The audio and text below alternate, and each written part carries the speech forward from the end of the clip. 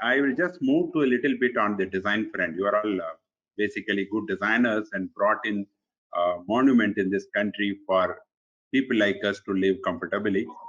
I will just go to Mr. Jaisim again. Does the current design and construction addresses healthy living principles? If not, highlight areas of concern from your experience. Does the current pandemic teach us a clear lesson to revisit our entire approach on current design practices to shift towards sustainable design and bring synergy with the nature? If so, please, Mr. Jaisim. Thank you, Subrazio.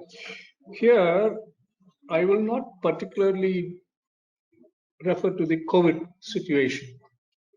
One of the reasons for shifting from the hardcore Bangalore urban to my place was one of the decisions thinking that getting away from the urban thing would create a new way of life, a new, better life. In idyllic situations, it looks great for anybody who walks in thinks you're living in heaven. But when you live in the heaven, you know how hell it is sometimes. The other factor that happens is now most of my projects are not concentrated in urban cities. They are concentrated in third and fourth level. I won't call them villages anymore. Third and fourth level urbanization factors. There, if you go as an architect or an environmentalist, the opportunities to interact with the villager and then come up with solutions that you never dreamt of, and neither did he or she. I find something phenomenal can happen.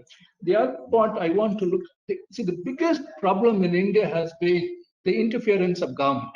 The government should not interfere. They should only be a provider of space and nothing more. In 1990s in Bangalore, it was like that for a short period. HUD, PWD, none of them would interfere with the architect's design or anything. We grew fantastic satellite towns. But then somebody, I always blame the builders. They came, cut them together and said, why are you allowing? You get in. You get in. They all got back, threw us all out. You, sir, you make only the drawings and go. You are no longer invited. I went back to some of the projects which I've done in Shimoga, Sagar, Yelahanka, Mysore, Ooty, all this. Initially, it was fantastic and living and going. Then I found when I went back, people were cutting the plots and selling. You know that I'm also still president and now running director of one of the largest cooperative societies in India. In spite of that housing society, the amount of pressure we face is unbelievable. The opportunities are unbelievable. And the other factor that happens very much is an international example which I studied. Many people think these planned urban cities are great. Show me one planned urban city by the greatest of architects that has survived. All have collapsed. 19 of them from 1940s or even earlier built or designed. Every one of them have been a stupid failure, including Chandigarh. The stupidest failure is Chandigarh. Now, organic development is the most important. Whereas organic development, I would say villages into urban factor, urban into things have survived. Yes, the only problem with organic development is when I have my bamboo growing outside, but I find my sandalwood also wants to grow in the same place the bamboo wants to grow. Both of them are fighting with each other, but beautifully. But in between comes a creeper. I'm talking about reality. I wish I could take the laptop and show you outside. There, that creeper takes advantage of both, wrangles both, and kills both. Right in front, when people say, don't touch nature. I said, look at nature battling each other. Which one do I want? This is really phenomenal outside. When I see walking around my place here, then comes on landscape. The biggest people who come are gardeners who become landscapers. The gardening and flower arrangement is very different from landscape. Landscaping is not just green. You can't go around greening all areas. There are areas which are definitely has to be brown or sandy like the deserts. They are very important for the climate. And here, before I close at this point of session and point, people are not understanding climate change. It is not something forced by human. We are not even an ant in this universe. We are not even a small microorganism in this universe. This climate change is happening because the satellites, the movements are finally getting into different spaces. It's unbelievable what is happening because I belong to that organization that we study. And I say one thing: don't discuss this publicly. We don't want the public to know about this. Why the sun is rotating this way? Why is the moon? Why is the satellite? All this data which is coming and change. Look at the rains. We never expected this rains. It's happened. Yes, what we are destroying is the immediate spaces of urban factors. Can we do communication? The other day, somebody came and said, can we have only bicycles going? I said, we tried this in 1980s. All of them took my photograph, put it in Indian Express and Hindu with me and sitting on a bicycle. I could only sit on the bicycle. I couldn't even drive up the hill. I said, you people push me from behind, I'll go the other side and then I'll come down. It is all dreams. Human beings are phenomenal character. We will overcome all this one way or the other, but don't overplan. Over planning is a disaster. I can't think for tomorrow. Like my past could not think for today. They could not think. Same way, the future will come, but it should be an evolutionary process through the COVID experience. But we can't plan for what is beyond COVID. No, we have no right. We have not even a glimpse of what is going to come. With apologies to organizations like LEAD and all, they are nice to get certificates pushed on all over my papers. IGBC, GBC, all can. It's very nice to show to college he is a master. That doesn't work. As she says in the thing, nature teaches because you're part of nature. But when you learn from nature, you must learn why it is, what it is, where it is. The context is important, the content is important. It's very, and now we are facing a very large thing before I stop up, is what is called globalization. We can't deny it.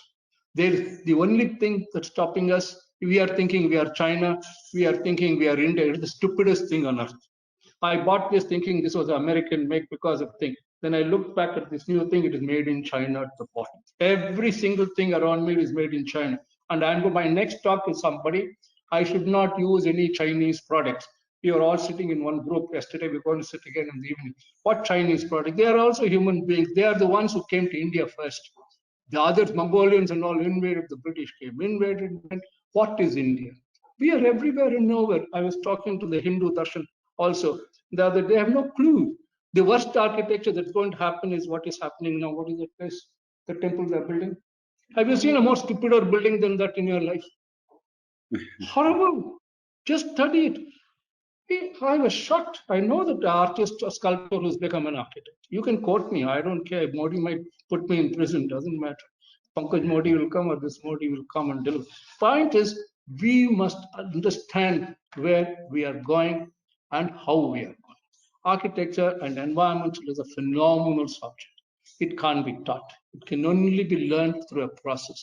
Colleges are there for taking admission fees and teaching, as I said earlier, giving you the basics.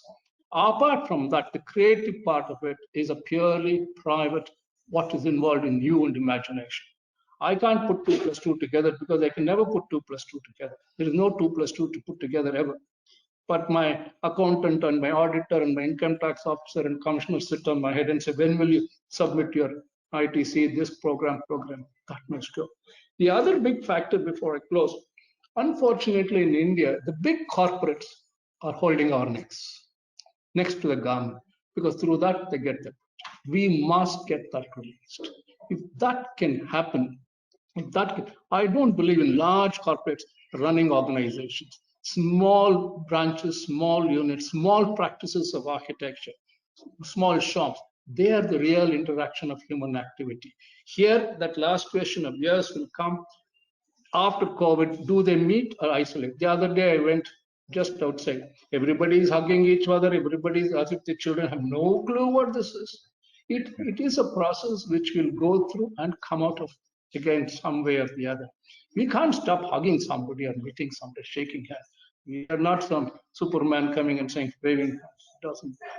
It will change, it'll rechange, it'll reorganize, some things will die, but my future is in the third and fourth level urban or rural factors. That should grow. And when they will grow with a very spiritual thing. I use the word spiritual in a very, not the Swamiji way. My good friend Swamiji is very close to me, not that way. In the spiritual way of thinking, rather than in the defined way of religion. Religion should go. Then you will find the religion of architecture will also go. Then will come to an environment, the built environment, I should say, isn't it? Come up with phenomenal spaces. I'll come to that later. Thank you, Jaisim. I think that's well said, and we are good adaptive animals. So we can quickly adapt to the changes and move forward. That's what happening in the past. Thank you.